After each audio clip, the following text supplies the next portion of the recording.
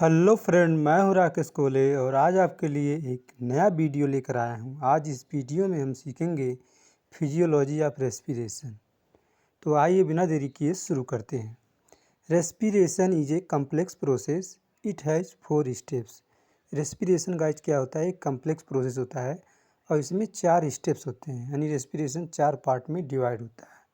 पहला होता है ब्रीदिंग, दूसरा होता है एक्सटर्नल रेस्पिरेशन, और तीसरा स्टेप होता है इंटरनल रेस्पिरेशन या टिश्यू रेस्पिरेशन, और चौथा स्टेप्स होता है सेलुलर रेस्पिरेशन। तो अब गाइस हम पढ़ेंगे ब्रीदिंग के बारे में। तो ब्रीदिंग क्या है? Intake of oxygen from environment and releasing CO2 from the lungs to outside called breathing. तो ब्रीदिंग क्या है गाइस? ऑक्सीजन को इन्वायरमेंट से अंदर लेना और कार्बन डाइऑक्साइड को लंग्स से बाहर निकालना क्या कहलाता है? ब्रीदिंग कहलाता है। ब्रीदिंग के 2 स्टेप्स होते हैं, इंस्पिरेशन और एक्सपीरेशन। अब हम पढ़ेंगे इंस्पिरेशन के बारे में। तो गाइस इंस्पिरेशन क्या होता है? Taking air inside called inspiration, यानी ऑक्सीजन को अंदर लेना नोज के थ्रू लंग्स में क्या कहलाता है? इंस्पिरेशन कहलाता है। और inspiration is also known as inhalation. Inspiration को हम इनहेलेशन भी कहते हैं गाइज। ठीक है गाइज। अब हम पढ़ेंगे एक्सपायरेशन के बारे में। एक्सपायरेशन क्या होता है? गिविंग आउट एयर आउटसाइड, यानी कार्बन डाइऑक्साइड को लंग्स से बाहर निकालना नोज के थ्रू, उसे हम क्या कहते हैं? एक्सपीरेशन कहते हैं। Expiration also known as exhalation. Expiration को हम एक्सहेलेशन भी कहते हैं। अब हम पढ़ेंगे गाइज इंस्पिरेशन में क्या क्या चेंजिंग होती है, इसके बारे में हम पढ़ेंगे। तो जब हम इंस्पिरेशन करते हैं, यानी जब हम ऑक्सीजन अंदर लेते हैं, तो गाइज क्या होता है? Volume of thoracic cavity increase. जो थोरेसिस कैविटी की वॉल्यूम होती है वो इंक्रीज कर जाती है। Sternum and ribs move upward, और स्टर्नम और रिब्स जो होते हैं वो अपवर्ड मूव कर जाते हैं guys. Thoracic cavity expand, then lungs expand. और थोरेसिस कैविटी क्या होता है? एक्सपैंड कर जाता है, जिससे लंग्स क्या होता है? एक्सपैंड कर जाता है। और फिर क्या होता है guys? Volume of lungs increases. Lungs की वॉल्यूम इंक्रीज हो जाती है, जिससे एयर प्रेशर जो होता है एटमॉस्फेरिक प्रेशर से कम हो जाता है। एट हाई प्रेशर, और हाई प्रेशर पे जो एटमॉस्फेरिक एयर है वो रसेज इन द लंग्स, और लंग्स में इंटर कर जाता है। And respiratory tract equalize the pressure, और रेस्पिरेटरी ट्रैक्ट क्या होता है गाइज? इक्वलाइज हो जाती है प्रेशर के उस।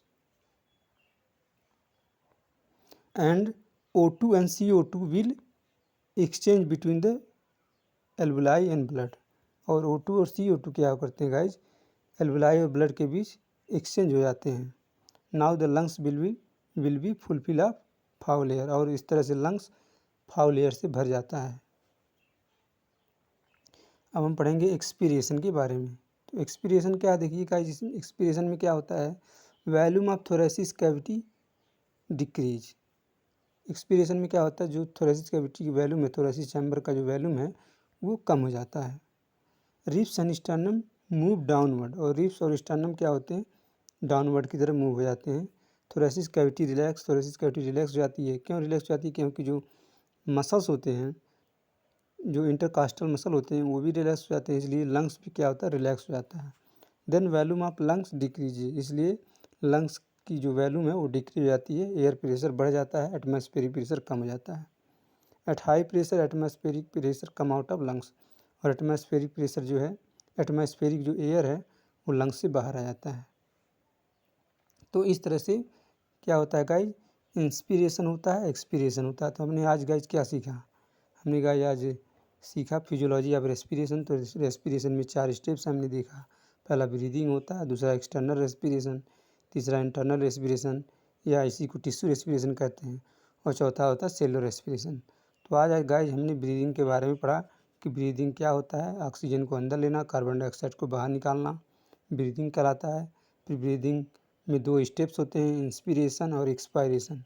फिर हमने इंस्पिरेशन पढ़ा कि ऑक्सीजन को अंदर लेना क्या कहलाता है? इंस्पिरेशन कहलाता है, यानी जो सांस हम अंदर लेते हैं उसे इंस्पिरेशन कहते हैं, और जो सांस हम बाहर छोड़ते हैं उसे एक्सपीरेशन कहते हैं।